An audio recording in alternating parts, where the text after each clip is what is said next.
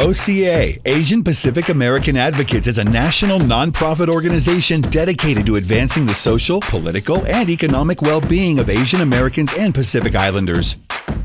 Based in Washington, D.C., with over 50 chapters around the country, we engage in issues like immigration, education, and fair treatment, among many others.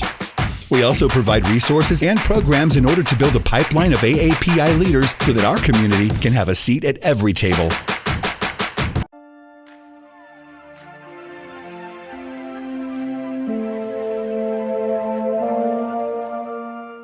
Hey y'all, it's Kish. OAC Greater Houston and I are going to be collaborating on this year's Lunar New Year. We're talking tarot, covering karma, and all things spiritual. If you want to book a session, check out our Eventbrite page from February 12th to February 27th. I'll see you there.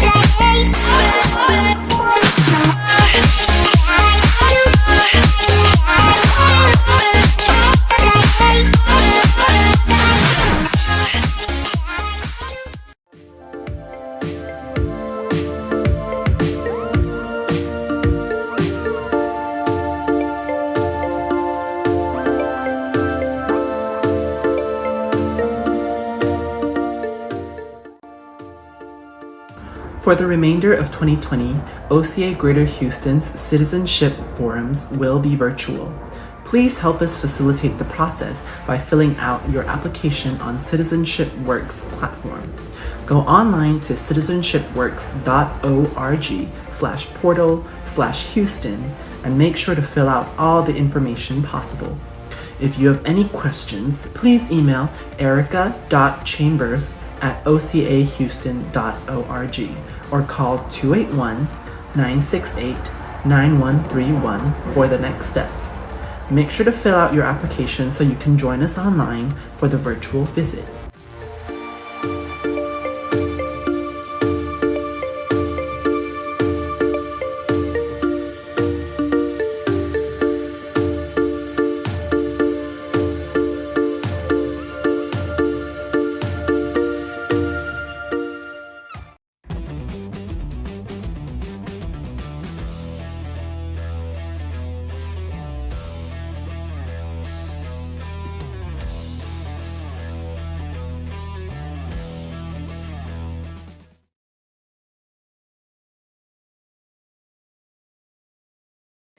Hi everyone, welcome to our Investing in Property panel. As we start out this new year, this is an opportunity to reassess and plan for our future. Next to a job or business, investing in a home or rental property is one of the most traditional ways to build wealth. So I am excited to discuss with our panelists, how should I invest in property? I'll start us off with some introductions. My name is Linda Pham. I am a consultant at Prime Clerk, a division of Duff & Phelps, where I work on restructuring for clients such as 24 Hour Fitness, Hertz Corporation, Forever 21, and the Commonwealth of Puerto Rico. I am an honors graduate from American University in Washington, D.C., a board member of the National Organization for Vietnamese American Leadership, a fellow at the Women of Color Advancing Peace and Security, and a past programs associate at OCA Greater Houston. Next up, we have Victor Lee. Victor Lee acts as Principal/VP of Operations at STOA Architects. Victor's involvements include overseeing the business operations and project management of STOA Architects. He is a current fellow of American Leadership Forum Class L, an alum of Leadership Houston Class 36, VP of the Asian Real Estate Association of America, and VP of OCA Greater Houston. Victor enjoys tall mountains, green trees, and blue oceans. Don't we all? He likes coffee and his tea weak. An avid casual golfer, he's unafraid of thorns and alligators, however, prefers to keep his distance. He is a retired charity ballroom dancer. Next up, we have Dylan Tran. Dylan Tran is a Houston native realtor and duos as a student at the University of Houston. He's a member of the National Association of Realtors, Texas Association of Realtors, Houston Association of Realtors, Asian Real Estate Association of America, and OCA Greater Houston Chapter. When he's not writing up a contract or driving across town, he is watching YouTube channels and reruns of The Office, deciding whether coffee grounds to try or trying new stouts. Next up, we have Jan Kish. She is a resident of Houston, Texas since July 1977, where she watched our fellow panelist Victor Lee grow up. Her background includes serving as a software engineer for Johnson Space Center NASA space program for over 20 years, commercial and residential real estate broker for over 30 years. She has been involved in the community since 1977, where she was appointed as planning commissioner of Houston since 2000. She loves to travel around the world. Thank you to our panelists for making the time to join us today. Now, to get started, let's talk about first-time homeownership. How is the market right now? Is right now the right time to buy? We can start off with you, Jan. Okay, right now the market, I can only talk about the Houston. And Houston, we have a shortage of inventory. So that's why we will see some of the things like what happened in California. If you list a price and people will bid over the price. So this is actually is keep going up because a lot of people moving in from California, from Northeast. So, and also to Austin area. Even though we have ice storm, but overall, we still have a pretty good weather. So that's why it's going to go up. And I see that it's keep going up. Yeah. So right now, from what we've been noticing, the market's on fire. It's absolutely crazy. You put a house on the market and literally within 2 days, you have about 15, 20 offers. And it wasn't like that a year ago. So we have probably like 2 months worth of supply left in terms of inventory levels. And that's insane because the year before and the year before that, we had at least 3 to 4 months, which is the normal. So having anything below 3 months worth of inventory is wild. Is it a time to buy? It depends. It depends on your situation. If you are very dependent on your loan, then it may not be the time to buy because people, like Jan said, are bidding way over list price. And so if you're unable to compete in that bidding war, it may not be the best time for you to think about home buying at that time.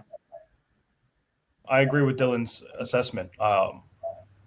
The market is hot right now. I think there's a lot of cash and people are offering high rates or high prices right now. There's a bidding war on homes. And I agree. Whether or not you decide to buy a home, it depends. You have to look at your own situation, what you can afford, how you can maintain the property. I think these are things we'll address a little bit further along. But again, there's no definitive answer. It depends. Yeah, like it really does depend on your financial situation. Maybe you have that extra 10 grand to fight over a house, but people who are maybe looking towards a FHA loan or a VA loan, from what I've noticed so far, most sellers are actually picking FHA loans and VA loans last, and they're picking conventional or cash offers first. So that's the market that we're in right now. So if you have cash, then we all know that cash is king because it closes quick, and that's what people want right now. Highest and best offer.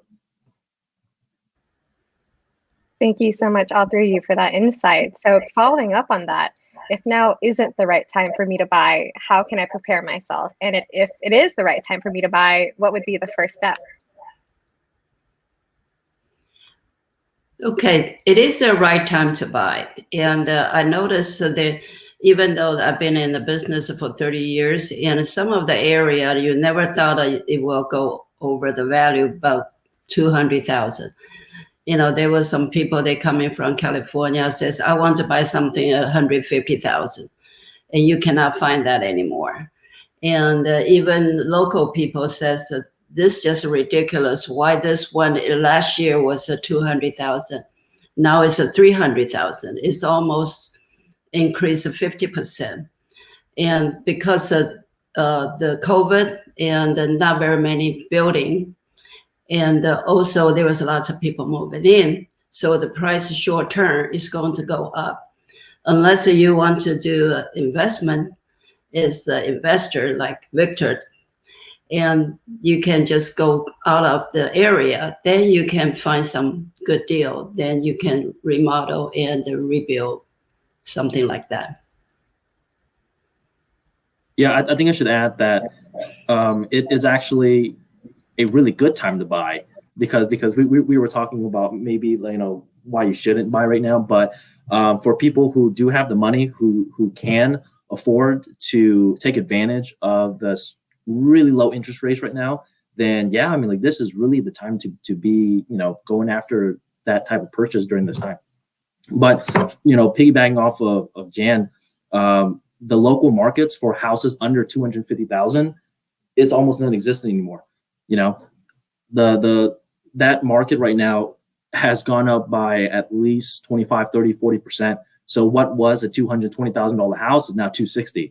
And that $40,000 makes or breaks a lot of people, especially in that price range where most people are depending on staying in that lower 200 end. So close to the cities, like for example in Chinatown right now, homes are typically maybe 150, 160, but for some reason they're at like 220 right now because everyone is just buying these homes up like it's nothing. And it doesn't help that the lower inventory is just also increasing the value and demand for the homes as well. So I think regarding your home, that's where you live, right? So you have to decide on where is it that I want to be, where am I going to be in my investment, where am I going to be in my life? I think those are questions that I would ask myself if I'm a first-time homeowner. Where do I want to be? How can I plan for that? And of course, creating a budget. Like, what are not only the price of the home, what are my maintenance costs? What are the taxes going to include? What are the insurance requirements? These are things I approach things from a budgetary point of view. And there are some long-term costs that really add up. Home maintenance is a typical issue. We're in the architectural design business, so we do see a lot of issues with roofs, foundations, walls, HVAC systems. So these are things that you need to keep up in your home that are not glamorous to talk about. They don't show up on TV shows and things like that, but they are associated with the upkeep of the home. So again, start with your budget. Look at a location that you feel is desirable for yourself, how you live your life. What's your commute like? What are the things that you like to attend, go to? How does that fit into your lifestyle? And that's kind of where I would begin. And then from there, narrow down the search. Victor was talking about when you prepare, you need to know how much you make. A lot of people, they don't even know how much they make until we ask them. Are you talking about take home, or you're talking about they pay me? And you have to figure out how much you're willing to put that money in the house or the mortgage or the rent. Then you need to go talk to a lender, a mortgage lender, and see how much you can qualify. So that way you will be prepared for, instead of look around the website and I like this house, and you keep looking prettier and prettier, higher priced, then you get more frustrated. Then you blend the economy. And like what Victor says, you need to know your budget. A lot of time people don't know what their budgets are. So the first time home buyer, don't go overboard. And usually the mortgage company, they will say 25%. But if you have a good credit and you don't have a luxury, you drive Porsche or Lamborghini or something like that, you don't have a major other payments, then you can go up a little bit, maybe 30 or 40% of your income to pay your mortgage. Am I right? Yes. Yeah, no, you're absolutely right. And I think one of the few things that we might find frustrating is people refuse to get pre-approved, but they want to talk about, getting this house, that house. Oh, I want this, I want that. But at the end of the day, it doesn't matter about, these things. It's about what you can afford, because to even submit an offer these days, you have to get a pre-approval letters anyways. And so by going to a lender and basically assessing your entire financial situation, the lender themselves will be able to tell you, is your credit score good? Is your income good? What is your income per month? Does it support what the mortgage payment is going to be? And so going with the lender as one of the first steps and getting pre-approved would be something that I would recommend. Most realtors will say, one, go to a realtor first, but I say you can do either or, because once you get a pre-approval letter, you're going to have to get a realtor anyway. So either or, it's interchangeable. You can do whichever one. So, but once you get that pre-approval letter, that's when you can talk all the stuff that you want to talk about getting a home and so forth. But Linda, the question was what to do to prepare in case that this is not the time, right? Yes, for people who this is not the time, how can they prepare for when it will be the time? Right. So I would say the number one thing that you should do is save up money for a down payment. A lot of people would tell you to save 20%, 30%, or however much. Sometimes 20% can be too much. But a lot of people don't know that you can save 10% and still buy a house. Like, that's totally fine. You just have to qualify for the loan, right? But once you get that out the way, the ball gets rolling. But other than saving for that down payment, you want to make sure that you're not pulling any sort of credit. So if you're thinking about buying a car and then 2 months later pulling a mortgage, that's not going to look very favorable when you go to the lender. So you're going to have to be very strategic about your big purchases during that time period. So saving for the down payment, watching what kind of big purchases you'll make. And another is credit score. You want to make sure you're in good standing with the credit bureaus. Most lenders will be able to work with you if you have a score of 580, 590 and up. But if you're lower than 580, because I believe FHA loans, the lowest you can have is probably a 580. And anything below, you cannot qualify for any traditional method. In that case, you're going to have to find some other way. But the traditional ways require credit score, income, and good standing. Thank you so much for that insight. So kind of piggybacking off that topic of budgeting and the cost of maintaining your future home, what are some of the other costs associated with homeownership that a person should be aware of? Well, I'm kind of joking with some of my buyers. And I said, once you think about you buying a house, you probably need to buy a stock at a Home Depot and the Lowe's, because the maintenance is going to cost you a lot. And of course, when you buy a house, it depends on what kind of house you buy. If it's a brand new house, you still got a warranty from the builders. But if you buy the regular home, is people lived in there. And even with the inspection, some things do happen, like this ice stone. You never know, the pipe will frozen. And I just happened today. It was fine yesterday, even though it was icy last week. But today, when the inspector showed up, and part of the pipe was frozen, so that you have to get some. You need to have some money to prepare for repair all those type of things. And also, just add on to what Dylan was talking about, the mortgage. If you want to buy a house, don't buy any big item, not just the cars. Even though you borrow money to buy furniture, they don't like that, because that means you can buy other things and you accumulate more debt, and that's going to add to your debts. So that way, I have a client, and they got enough money to buy a house, and they got a pre-approval. Then he decided to buy a Lexus for his wife's birthday. Yeah, they're laughing. So it couldn't get through it. even though they do have money, but the debt ratio is too high for them. So it's something like that. You have to talk to your mortgage lender and talk to a good realtors. I think what Jan says is absolutely right. That happens all the time. Because when you go out and you start splurging and you start buying stuff, and then for some reason you want to just keep buying stuff. It happens to me at the mall. Like I buy one thing and I'm like, oh, okay, well I might as well get this one too. Oh, I guess I'll get these shoes too. So, but when people buy a house, or before they buy a house, they'll buy a car. Oh, they'll pull out a home rehab loan.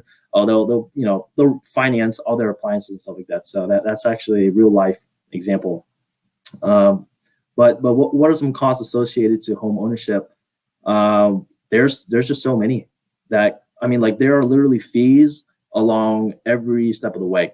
Like pulling out a loan, you're going to have to pay loan origination fees. You're going to pay the attorneys. You're going to pay everybody who's going to be associated with that. And that applies for the title, for the inspectors. When you pay for HOA transfer fees, paper fees, it's crazy, and it just adds up little by little. So that price that you see on Zillow.com, you're probably looking about adding another 8 to 7, maybe 13,000, and it all just varies on the type of home.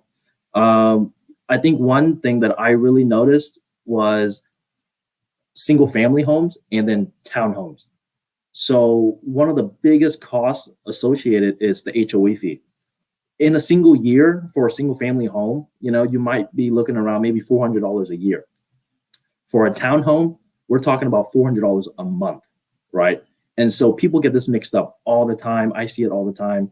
And they forget that HOA fees for, townhomes are exponentially higher compared to your single family. So that's something to be very cautious of for any house that you buy. You want to check the HOA fees, see whether it's something that you can afford on top of the taxes, on top of, maintenance. If you have a pool, that's like an additional $300 in just the water recycling itself. The power to keep it on and keep that motor running. There's maintenance fees, like you might have to replace your wood fence. That's going to have to come over time. Your roof, your garage door, the chain might get rusty. You're going to have to hire someone to come out and come fix that up for you. So the costs are really just, they come and go as you are living in the home, and you just have to be prepared for those costs per month or whenever they just happen. The homeowners association costs, and those are costs that people don't typically account for. And as Dylan mentioned, those costs for townhomes are much greater than single family. But if you go to a condo, for instance, those are even higher. I've seen some reaching thousands of dollars a month just for condo association fees. So those are something to look for. And it's not just the price, as Dylan mentioned. As you see on Zillow or har.com, there are some hidden costs, or not necessarily hidden costs, but there are additional costs to that. Again, maintenance is a big issue. If you can take care of the problem at the beginning stages, you will save a ton in the end. Roofs typically have 10, 20, 30-year lifespans. That's something I would really plan on having, especially in the Houston region. We get a lot of rain, and the number one purpose of your home is to keep the elements out. So you want to make sure your roof is solid. You want to make sure you have good windows to keep those elements out. And these things have lifespans. Windows have lifespans. These are things to plan for. Just like any maintenance, those are the biggest things for me moving forward. We get a lot of calls saying, my house is shifting. I'm getting these cracks, and that happens. We're kind of on this Texas swamp like mud where we're on our foundations. Things will shift. So that's something also to plan for and account for. But again, I think these are important to know and plan for. Always plan for the unplannable, I guess, or unexpected. And just to add on, I think it's really important that when you do end up with home ownership, you want to partner yourself up with a reliable realtor or someone who has the information to let you know what you're going to pay for. Because, for example, townhomes have certain restrictions. So sometimes they'll pay for the roof and the foundation, stuff like that. Other times you're going to have to front the cost yourself, right? And so some people, they might not know that. They might assume that, oh, okay, well, this is my townhouse and everything exterior is going to be taken care of by the HOA. Well, sometimes that's not true. And you have to know that, because in the case something happens, there cannot be this confusion of like, oh, he's going to pay for that or whoever's going to pay for that. So partnering yourself with someone who can read the contract and can explain to you those parts is going to be essential to saving money and moving forward. Totally agree with. Yeah, I just want a real life example of this. I personally live in a condo, so part of our condo association covers the exterior of the building, right? That covers that. One day I got a broken window, so I thought that was a fee, a repairment that was going to be on the condo association. They said, no, I'm responsible for the windows, even if it's from the exterior damage. And again, you have to look at your condo association agreement, your homeowner association agreement, and really understand what it is that you're responsible for. Because that was an unexpected cost. It cost me, a couple $1,000s to replace some windows. I was like, wait a minute, but again, read the fine print, know what you're responsible for. Reading the fine print. I definitely think that is something people do not take seriously enough. I completely agree. And wow, it really seems like the cost of home ownership adds up before and after signing those papers. I know for my family home, our fridge, our sink, and so many other appliances decided to stop working at the same time. And those just became costs that we just weren't expecting. So thank you so much for iterating that. It's important to prepare for these. And so continuing on the topic of loans, actually, can we talk about what is a lender and what is the difference between a lender and a bank? Well, before we get into that, I want to add to what Victor and Dylan was talking about, prepare for. When you do buy, lots of Asian like to buy new home, brand new home. And the new builders, when they present how much is the property tax and all that stuff, which is the first year is very low. And most of the salespeople, they work for the builder. They won't tell you that was the land value. It's not the whole property value. So you do need to have a good lawyer, good realtor to go with you, even buy a brand new home. Because the next year, the property tax, you pay maybe for the $50,000 property tax for the first year because it was land. Then you bought a $500,000 home. Next year, the property taxes went to $15,000. Lots of people don't realize that. And I'm sure Dylan and Victor, they run into lots of people. People will come to them and says, well, that's what builder told us. But they don't have to tell you because they work for the builder. They don't work for you. So that's something we need to address. Realtor, find a good realtor to, also we'll look at the HOA documents. And do they cover roof? Do they cover foundation? Do they cover all that stuff? And as far as the lender, the mortgage lender and the banks are completely different. Mortgage lender, I think Victor Dylan probably can explain a little better than me, but I can tell you the basic is the bank loan officer, they get paid whether your loan get approved or not. And the mortgage lender, they only get paid when they get a loan. So they work harder and they'll find all kinds, they associate with maybe 30, 40 other lenders. And if you find a good mortgage lender, they can find you a good rate and also make sure you will close on time. But the banker, right now I have a banker, a loan, and the contract was January 13th. And we put down March 1st. They still cannot get it done. And they already approved it. They said everything is approved, even the appraisal is approved. But they want me to extend it till March the 10th. So the seller is not happy. Seller may walk. So something like that, it happens. So you have to make sure this is a reputable place. Right, that's right. And I think it's partially because a lot of people they partner with their local bank, like it could be Chase, or not local, but your big chain bank like Chase, Bank of America, Wells Fargo, and so forth, because they in the past maybe they've had a savings account or a checking account, and so they automatically think like, oh, okay, well it's a bank, so let me go to them.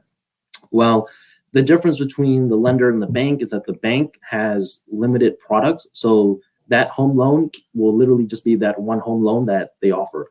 A lender is someone who has a network of a bunch of other dozens of other lenders who have different loan options. So, if you were to go to a bank, they'll give you that one option as opposed to going to a lender where they might tell you, okay, well, based off of your situation, here are 3 different type of loans that we can offer you. Now, what Jan is saying is very true. Banks are horrific at this. They'll take an additional 15 days to close. And people hate it when you extend the closing date, especially when you can't get your money on time, especially if you have a home that needs to sell before you can buy, right? Like stuff like that is just a big inconvenience, and banks are notorious at that kind of stuff. Lenders typically work faster, and they're trained on lending specifically. And so they're able to close within that 30-day timeline. And if not, then they're able to work around it to see what they can do to make it happen. Banks typically have more federal regulations that they have to go to in order to approve of the loan, which is why sometimes it takes that additional 15 days or to close even longer. Lenders don't have that much compared to banks. And so it's more favorable to go with lenders in that case. Yeah, I agree. My understanding is lenders have more options. There are different programs. They know more about providing the buyer with different opportunities for them to be able to get their loan, while banks are limited with what products they offer. I think also another important aspect of it is to have a relationship with either your lender or your banker. I think this is where professional organizations come into play, developing your network and working with a lender, specific lender or a specific bank to help you work with your specific situation to find the right program for you. There's a numerous numbers of real estate association, homeowners association groups that can provide you with that and that kind of information. But I would encourage you to explore your options regarding what works best for you. Great. So then let's say I am ready to invest in property and build wealth. I've heard a lot about flipping homes or renting out homes. What is the difference? Well, a lot of people right now, everyone receive a lot of calls. Do you want to sell your home and all that stuff? Because what they do is they go on in the database and see the homeowner is not in the same address of where the home reside. So they know it's the rental house, and they would like to flip it and remodel. And right now, it was just too many of those things, and I just have to hang up. And anyhow, as an investor, you have to really know the area, and you have to have your realtor to work with you to see if this is a good area. Well, after you fix it, and you can sell that price and quickly. But if you cannot sell quickly and sit on there and you just, if you had to borrow money to do it, then you lost money. But if even you have a cash to do it, and the cash you also can do other things. So I cannot emphasize enough, you have to work, even investor, they are very seasoned people, but they still need a realtor to help you to do the market. Yep, that's right. Yeah, it's super helpful to have a realtor by your side to really navigate through individual markets like the Houston market. So between flipping and renting out homes, so flipping is when you buy a property that is in distress. So in real estate, it's called TLC, right? And tender care and love, meaning the floor is horrible, the walls, are everywhere. The kitchen looks like it was back in World War II. The appliances are extremely dated, And so as a flipper, you go in and you basically, with a good eye, you fix everything to make it look up to today's standard and also presentable to where someone would buy it. And you would typically buy a property that's distressed at a very low cost. And then when you sell it to make a profit. And so whatever amount that you put into it, the loans and the rehab cost, when you sell the property, that difference is what you gain when you make a flipped property.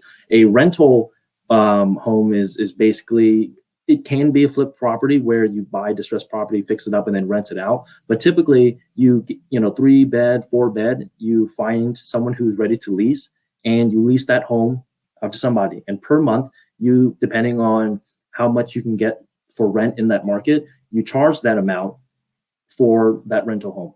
So flipped homes, you fix it and then you sell it for profit. Rental homes, you can fix it up and then rent it out per month.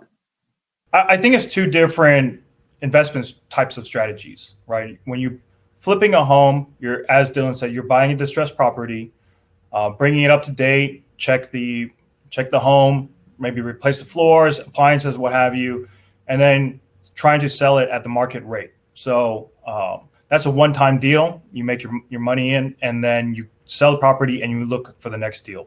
I think with rental investments, most important thing for me is cash flow. Can this property sustain a positive cash flow for me in order for me to, whether or not, depending on my strategy, is to leverage that into acquire more properties to increase my cash flow so I can do more investments. Now, again, what is your personal goal? What is your expertise? I think it's very important regarding whether you're flipping home or renting a home or looking to invest in a rental property, to get the advice of professionals, people in the industry, whether it's your realtor, your lender, and especially in these kinds of flipping or rental properties, find yourself a handyman, a general contractor who knows what they're doing. I can't stress how important that is. There's a lot of people that come off the street, say, "Hey, I'll replace, all of your tiles and your floors and your walls," and then they're gone. So it's very important to have a relationship with a good contractor that you can rely on, whether you're flipping or renting a home. If you're renting a home, be sure you have a handyman who can take care of the things that break. The sink breaks one day, the faucet won't stop running. There's a leak in the home. As the owner, you will be responsible for these things. So be sure you build up that network of people that can help you maintain the property, look at your investment strategy, and help really decide whether or not this is a risk I'm willing to take. In all investments, it's a risk. And flipping houses, renting homes, it sounds easy, but it's really difficult until you start ripping open the walls, start replacing things. Next thing you know, you've got mold or what have you. Asbestos, as always. And you can't just go and rip those things out. You need to hire a professional to abate those kinds of the asbestos or hazardous materials. And it's really important to find the opinion and advice of qualified professionals for this. I know a lot of people want to say, buy a home, I can replace a tile, I can replace a sink, no problem. But there's a lot of hidden issues once you start peeling back the paint and things like that that'll arise. Again, what kind of investment strategy are you looking for? If you're one and done and move on to the next one, maybe flipping makes sense. If you're looking to build sustainable cash flow over time, maybe rental makes sense. Maybe it's a mix of both. But I really encourage you to assess your risk tolerance, meet with not only on the real estate professional side, but also your CPA. Talk about that, because whatever gains you make in the sale, those are going to be different tax rates, whether it's a capital gain or not. Highly recommend you get that advice from those people that are highly trained in this area. I suggest if you want to, buy some rental property, you need to do some numbers and see what the return you want to have. This market in Houston, since the prices keep going up as a sales price, but the rental price has not gone up to catch up. So the return of your investment probably is not as high as you want to be. But if you look at the long term, maybe there's a good deal in the future.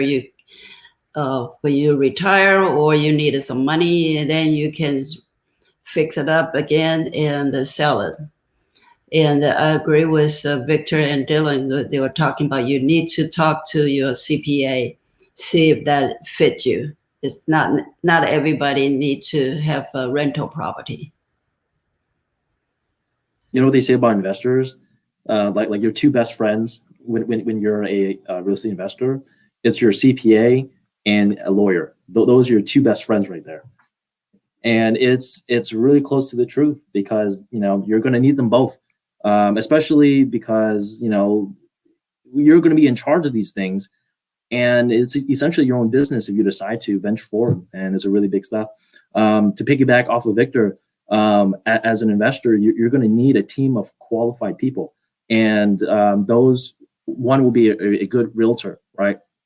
Another will be a good title company that can close everything on time. Another is a lender. And a really big one is a reliable and trustworthy contractor that the quality of work that they can offer and provide, and they're able to consistently do it as well. Because, oftentimes I see with a lot of investors, they may not have a fully built team. And so what they'll do is they'll just send out bids. And sometimes these bids are great. You get someone who's going to fix something at a really cheap cost, but it's like what they said, you get for what you pay for.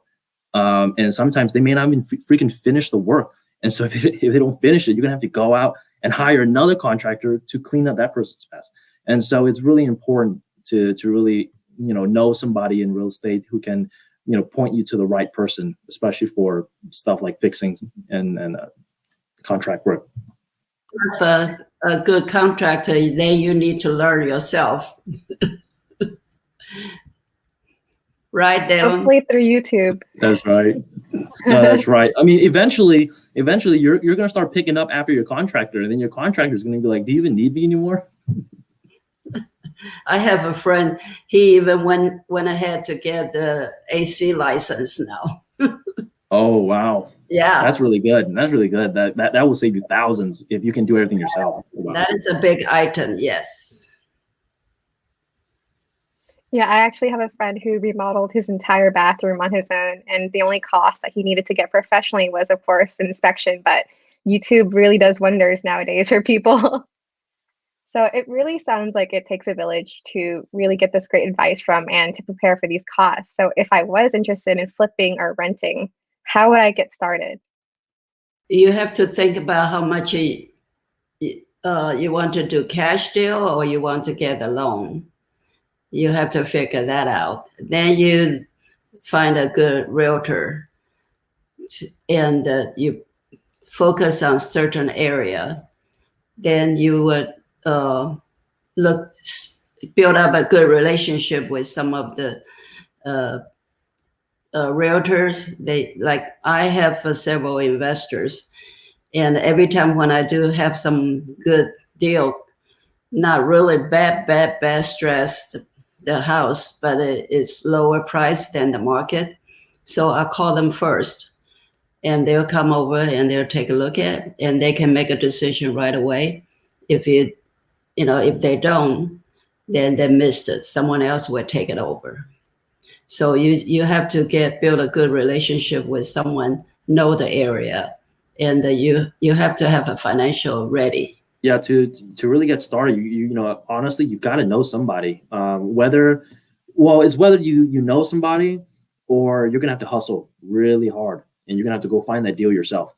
Because when you flip a house, the whole point of it is that you get something that's really distressed, and you get it at a really low price. It doesn't make any sense to go on the MLS and get something that's market value, then fix it up and sell it. You're not going to sell it. It will probably take you years before it will ever sell. So for you to get that distressed property, you're going to have to go out, knock on a bunch of doors. Probably in an older community where homes are built maybe 50, 60 years ago, and see who's willing to sell. And so if they're willing to sell, then if you have the capital, then maybe you should buy it. Whether it's by cash, or you go get a loan and you go buy that property yourself at that price point that they're selling it for. What was the other one? Or to how to get started with renting? Yeah, for renting, you really get with a realtor and find something that will cash flow in that market. And whether you get a good deal by getting a house that's distressed, or maybe on the MLS, someone's just selling their home for cheap because they got to move it fast. Whatever that makes sense number wise, you make that move to purchase it. But in terms of how to get that process started, I mean, was this more relating to the loan aspect of it, Linda? Yes. Okay. Yeah. So for people who don't have capital, right? It's a really interesting conversation, because nowadays on YouTube, they'll tell you top 5 ways to buy property with no money, right? And it's really interesting on the ways of how creative they can get. But if you can learn those strategies and take advantage of it, that's great. But typically, the common way that I hear other people doing it is they get a hard money lender, or they get a private lender, where you can prove to an investor, like, this is how much you're going to make if I put in this much. Right. So let's say you put in 5,000, but the investor puts in, 60 grand. Right. Well, at the end of that deal, you're going to have to pay that 60 grand on top of the interest that they're offering you. But that's how you get your foot in the water. Right. By putting a small chunk of change in exchange for maybe a higher interest rate, but they're willing to fulfill the loan for you. So if you can get that loan, that's how you ultimately get your foot started into flipping. And I make it sound really easy. It's a lot more complicated than that, but that's the general gist of how to get into this field if you don't have any money at all. Yes, I would. I completely agree with that. Real estate is a very capital intensive industry. There's a lot of upfront costs that, as the investor, we have to put the money in first, and we get paid last. So that is something to keep in mind. And again, I don't know I'm not too familiar with what the appetite is for lenders and banks on flipping homes and rental properties. Rental properties may be a little bit easier. Again, that would speak to your lender, speak to your banker, talk to your CPA. They will provide you with better options regarding that kind of thing. But there are different options. There are different types of lenders. As Dylan mentioned, there's hard money out there, private equity. They'll provide this money for you, the startup costs, maybe at a higher interest rate, but that's until you build up the track record when you can go to more conventional loans to be able to do that. I think, yeah, again, it's capital intensive. You gotta be able to do that. I always start with every investment is, what is my exit plan? What is it what I'm trying to achieve? Like, if I'm flipping a home, what can I sell the property at? once I take that sales price into account, what is my ideal profit margin? How much money do I want to make? Now, what are all the costs associated with getting it up to that sales cost? Then I can start with a base price on, okay, I can buy $100,000 home, sell it for $250,000, take all the costs and things, and then I make my percentage profit at the end. That's the way I approach my investments. I start from the end and work back. How much I'm looking to make? What is my goal? How long can I hold the property? Sometimes you buy a home and you think I can sell it in 30 days, and then 30 days turns into 60, 60 turns into 90. And associated with it are different carrying costs. You're going to be responsible for the taxes. You're going to be responsible for the upkeep. Look at whether or not that makes sense for you. I think on rental properties, again, it's cash flow. If the cash flow is positive, then I think that's a good investment. Depending on my upkeep, my maintenance issues, and then how you would leverage that into further deals moving forward. I hope that answered that question on flipping, starting, flipping, or renting. Again, I like to start with the end in mind. What is my goal? If I'm one deal, this is my sales price. I think I can sell this home. What are my profit? What are my costs? Can I identify a property that meets this minimum cost? And again, a great resource is finding the realtors, people who are familiar with that area, different people in different trade associations, professional networks. They'll know what's out there before we know what's out there. Because by the time I see it on LoopNet or Zillow or HAR or Redfin or whatever it is out there, it's already too high. That's where developing that personal relationship with your realtor, with your contractor, the more eyes and ears you have out in the world, the more opportunities you will have.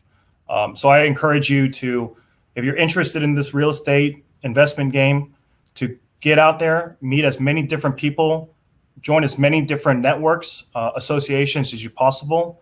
That way, you create more opportunities for yourself in that world.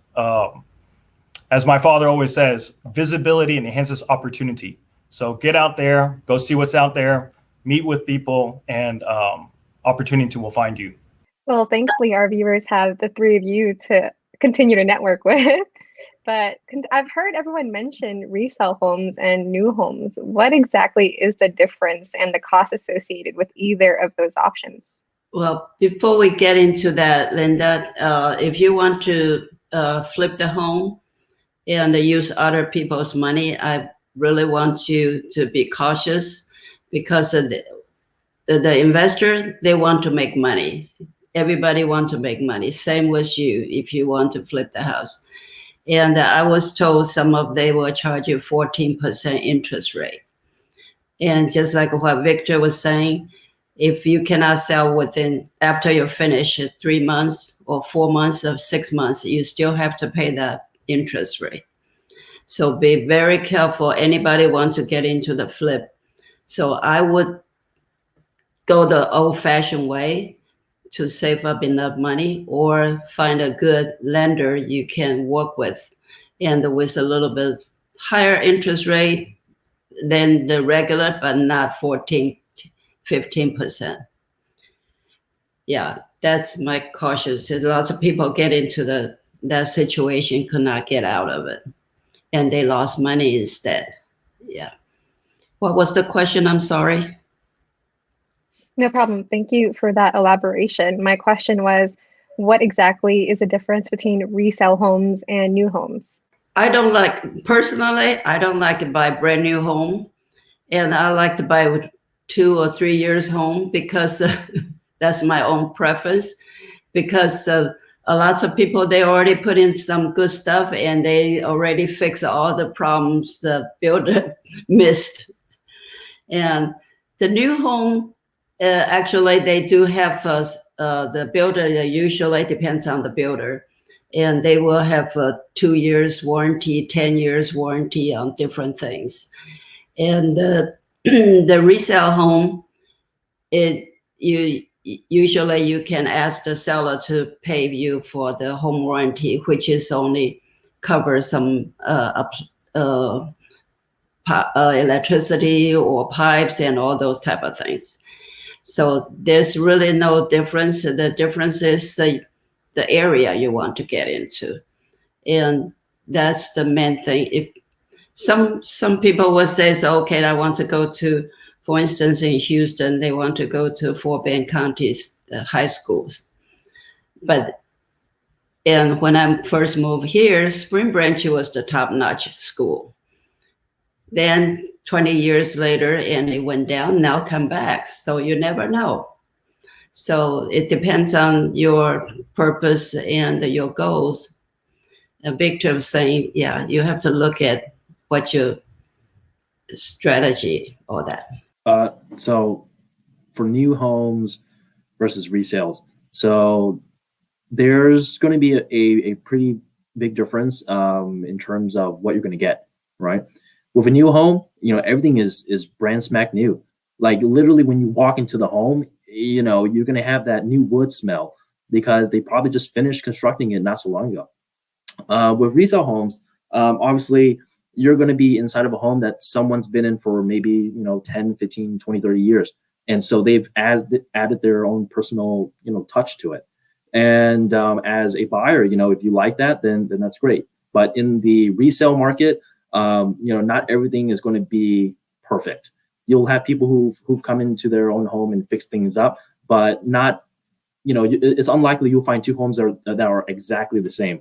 Now, with new homes, new construction, you can literally go into the same neighborhood and find two homes that are the exact same build, colors, everything is the exact same.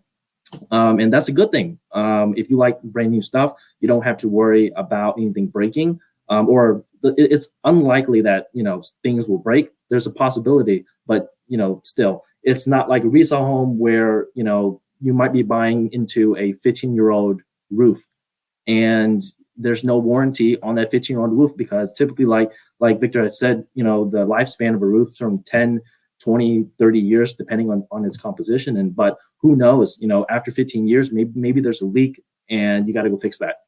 With a new construction, it's unlikely that's going to happen. And typically they do have warranty, like Jan said. Each warranty does vary, like the warranty for the foundation, for the appliances, for the AC, for the doors or whatever it is unlikely those are going to break, but they offer you that warranty. Resale homes don't offer you warranty like that. You'll get typically if your realtor does it correctly, they'll get you a warranty in which the seller would typically pay for. And if so, the seller can pay for your warranty, then basically you have a little bit of that protection. Some other things, so outside of the home, right? New construction typically tend to be in master, or from what the Houston area is, if you go towards the suburbs like Katy, Richmond, Rosenberg, you're going to enter these master plan communities where you're going to get dozens of new construction homes, and they're all very beautiful, different type of styles. And typically these homes are going to be the latest trends of what people like. Now in resale homes, you're going to be getting what the trend was 30 years ago, 10 years ago, 20. And if that's your style, that's great. But there's a certain level of expectation when you go for a new home versus a resale home. And another thing is, like, Jan, have you seen those homes out in like League City? They're like new construction homes in League City, but it looks like you're in freaking Cancun, because there's like these lagoons in these communities that make no freaking sense. Because I had one of my team members literally post this video of them like hanging out in like beach shorts, holding a freaking pina colada, and I was like, man, this dude just took another vacation. I was like, it's a freaking Tuesday, man. But he told me, he was like, he just drove down to League City, which is like 30 minutes away, had some fun, and came back. So new construction homes, you're going to get these type of amenities that you're for sure not going to get from resale value homes. What Dylan mentioned, the lifestyles have changed, right? So now the trends are a little bit different. You're in your new construction, you've got the open living, you've got the kitchen where you've got the big countertops where everybody kind of eats there. And your older homes, everything was more compartmentalized. You had a specific dining room, you had a specific living room. Maybe the rooms are smaller. So that's something to take into account. The way the home was designed was the lifestyle or that's trend 10, 20, 30, 40, who knows how much older than that, right? So you have to take into account what it is that you're looking for in your home. Closets were much smaller. The idea of a walk-in closet, get out of here. There was no walk-in closets. There were sliding doors, and you had one little wooden dowel where you hung everything. Now closets play a big role. Large bathrooms. These kind of ideas that are fashion sense or trends that are appealing now won't happen in resale homes.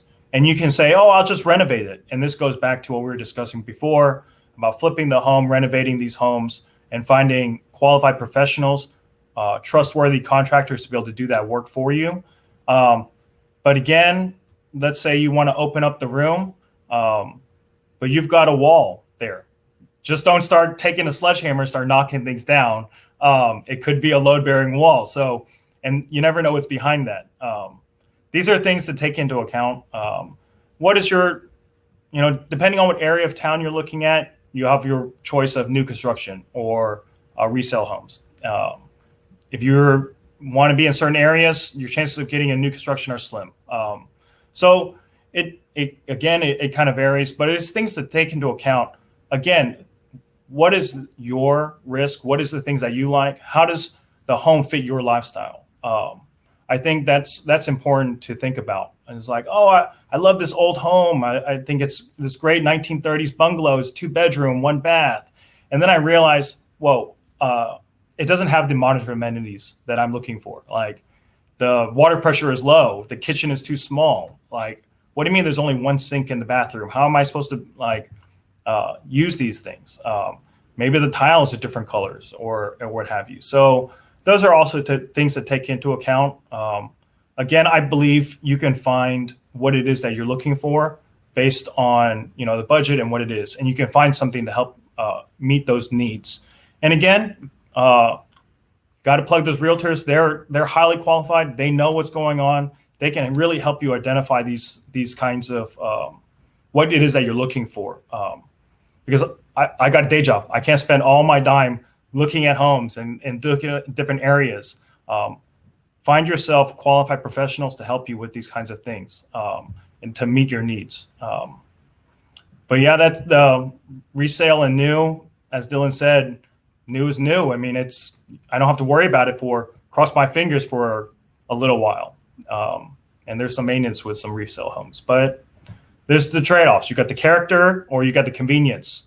And those are 2 things you need to balance. As Victor talked about the different types of homes, my final question to all of you is, how do I decide between a multifamily home or a single family home? We can start with you, Dylan.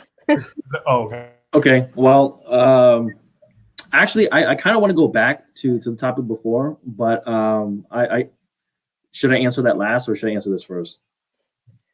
You can answer that first. You can go back to the topic and we can end with this topic. Okay. So another thing about resale and new homes in this current market, it's tenfold easier to buy a new home than it is to buy a resale home. And the reason why is because you're not going to go through this ridiculous bidding war, counter offering and all of this and that. With a new construction home, you bring in your realtor, you go to the builder, you tell them which floor plan you like, which elevation you like, and that's it, right? You pretty much secured your spot for that home. But I will say that in this market right now, because there's very little inventory, what we're seeing is that you buy it now, but it's not going to be built until 5-6 months later. So if you're looking for something quick and fast to move in, it's super unlikely. It's possible. I've seen some, but you're going to have to wait quite a little bit of time. Additionally, with new versus resale, like most new things, the price per square foot is just going to be much more, So for a 2,500 foot home, you might be looking at, 300,000 in a good community. But for a resale home, 2,500 square foot will probably get you maybe like 270, you'll say that $25,000 difference, but there's a premium to new versus resale. But to go back to the original question, so multifamily and single family homes. So this is more of a investor question that I would say, because typically your first time home buyer doesn't really look at, oh, a duplex. Oh yeah, I want that. It's more of when you are renting or when you're flipping. If you find a really good deal on a duplex, you can take that, rehab it, and then sell it back or rent it out. But so to define multifamily is when there are multiple living spaces in a single unit, or there are multiple units in a single building. So for example, you'll have 2 units in a rectangular, building, and each building or each unit has its own living space. So a kitchen in each one of its units. And that's what a multifamily is. And these are more investor friendly than it is for someone who's looking to buy a single family home. So if you're an investor, multifamily is more ideal.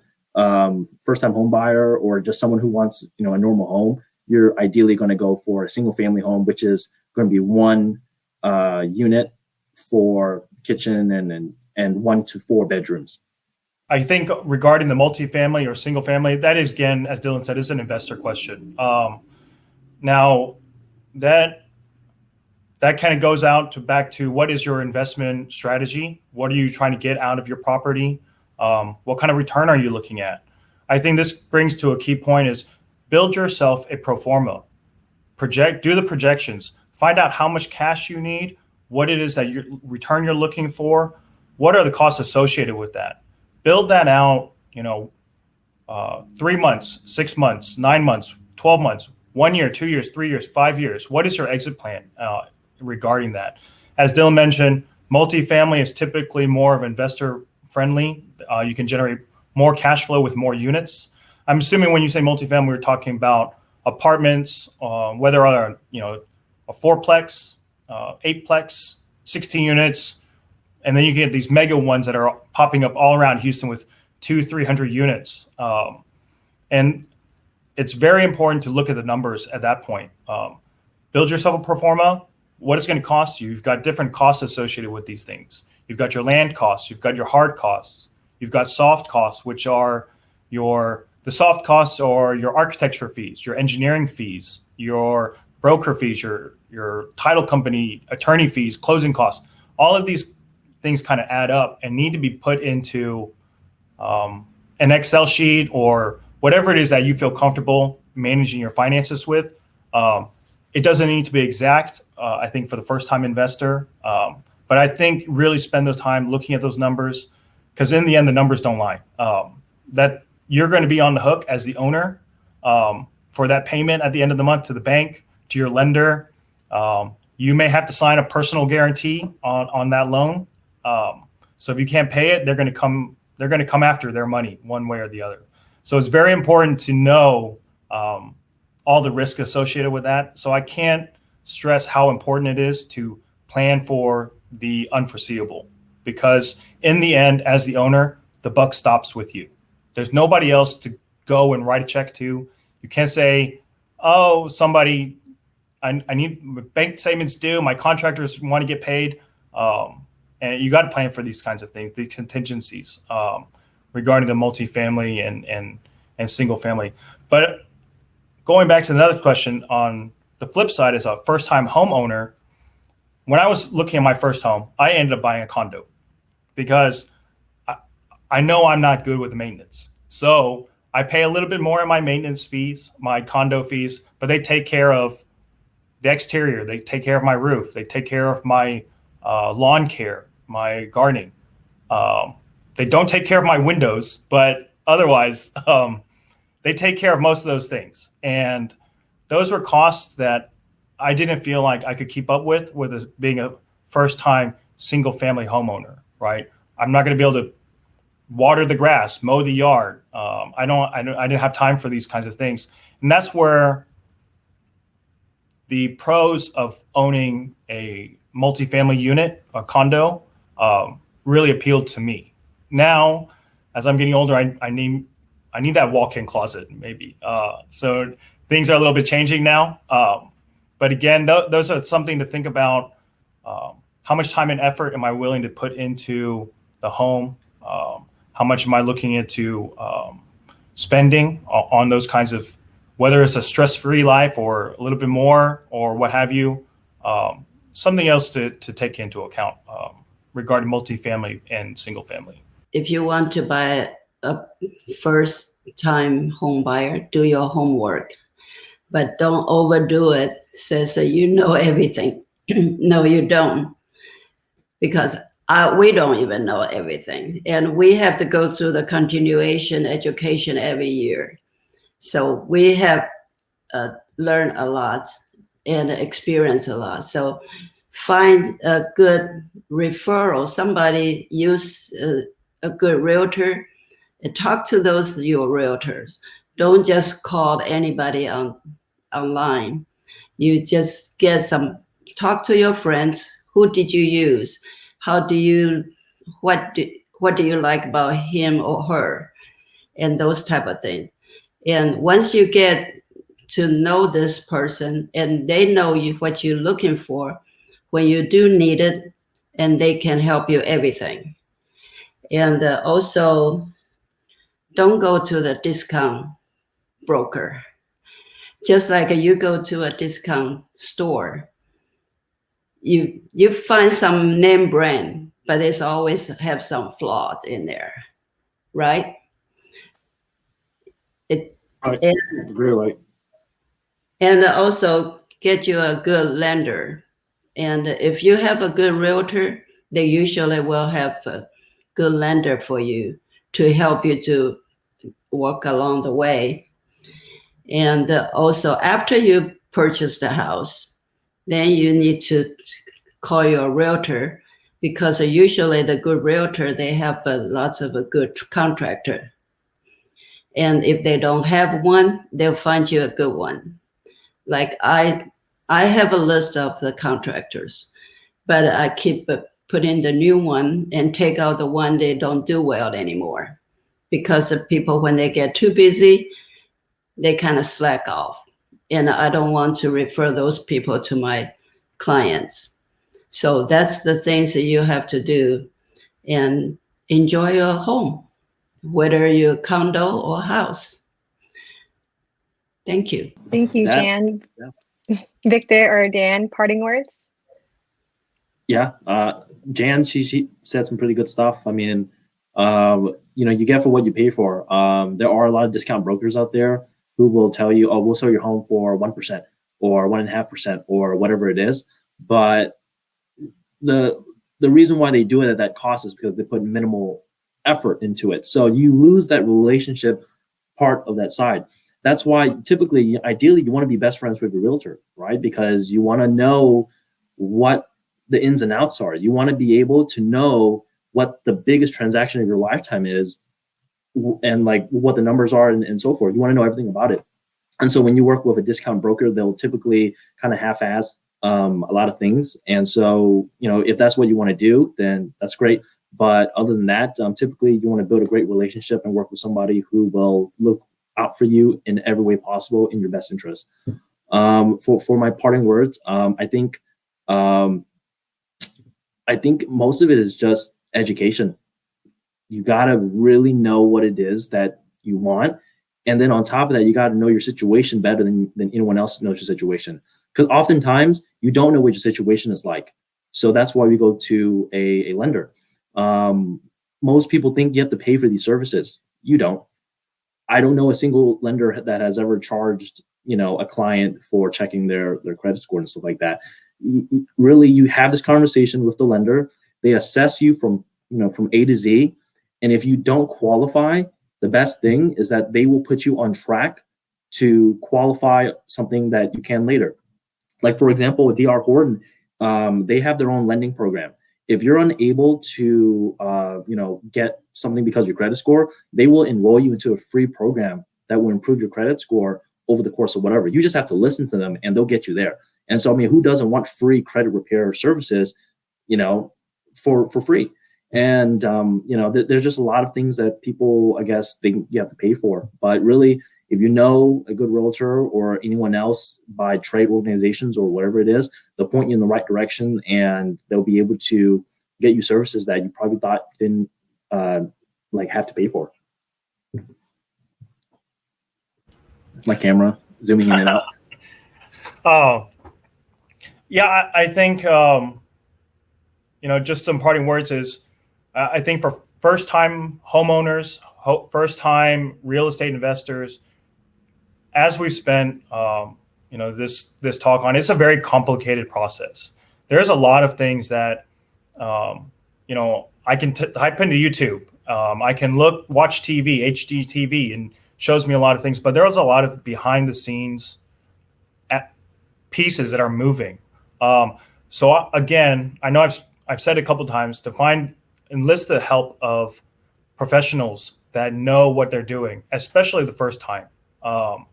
Maybe after you've done one, you've done the second one, then you can build up that knowledge where you can have the confidence to be able to do that, take on more of that responsibility, and see if that's something you like. I know a lot of people say, "Oh, I'm going to flip houses," and then they do one, and it's a nightmare. It's like, I'm never doing that again. But again, I can't stress how important it is to find people that number one, you trust, and number two, are experienced and knowledgeable about areas that you may not be. That's what they're there for. And let people do what it is that they're good at. And there's a lot of qualified people out in this world that can do things much more efficiently, much more qualified, and have the knowledge on what the best practices are. So if you continue to move in this way of whether it's real estate development or investment, or whether you're staying in residential or commercial, which is a completely different world, these are things that once you've developed the best practices at the beginning, you can keep repeating, you can keep doing that and learning more. I see a lot of times people say they jump right in, and then they develop bad habits. And that's not going to last. It's not going to take you very long in the investment world to realize, oh no, this is not working. And again, I said it before, it was as the owner of the property or the investment, the buck stops with you. There's nobody else to ask for. Nobody to come to with any more solution except for the owner. That's kind of the responsibility that we take as investors, owners, and properties. And think about that. Is that something that you want to take on to yourself? There's a lot of pride and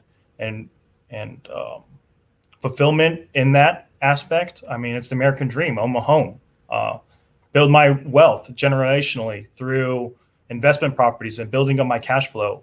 So there's a lot of upsides. I know I spent a lot of time being a Debbie Downer, saying, "Oh no, look for all these pitfalls."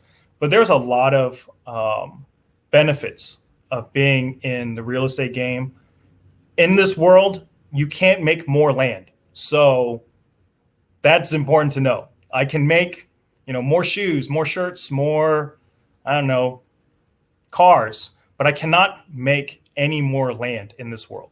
That's it. What we have is what we have. So it can be very fulfilling in that way.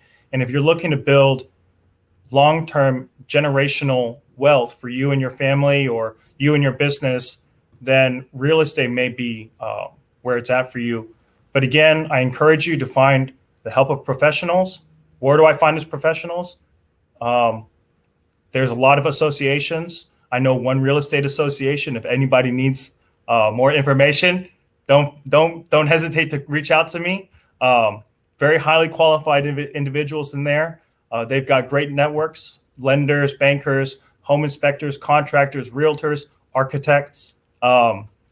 We've got it all. So again, if you have any questions, go ask. There's a lot of people out there in this world that want to help you, and don't be afraid. So again, build that network and pursue what it is that you want to pursue.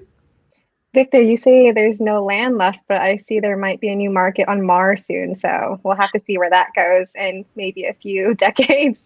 But yeah. Thank you. Yes. Agree. Thank you so much to all of you for your great knowledge. And as we wrap up, I want to thank our viewers for tuning in. It was really eye-opening to learn about the costs related to home ownership, flipping or renting, and just home ownership in general. If our viewers have any additional questions or are, as Victor says, interested in building their home ownership team, please feel free to reach out to OCA Greater Houston. And of course, our fantastic panelists. They have so much more I'm sure they want to share with you.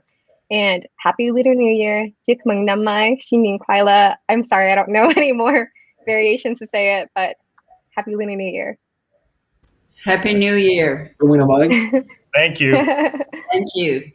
Thank you all.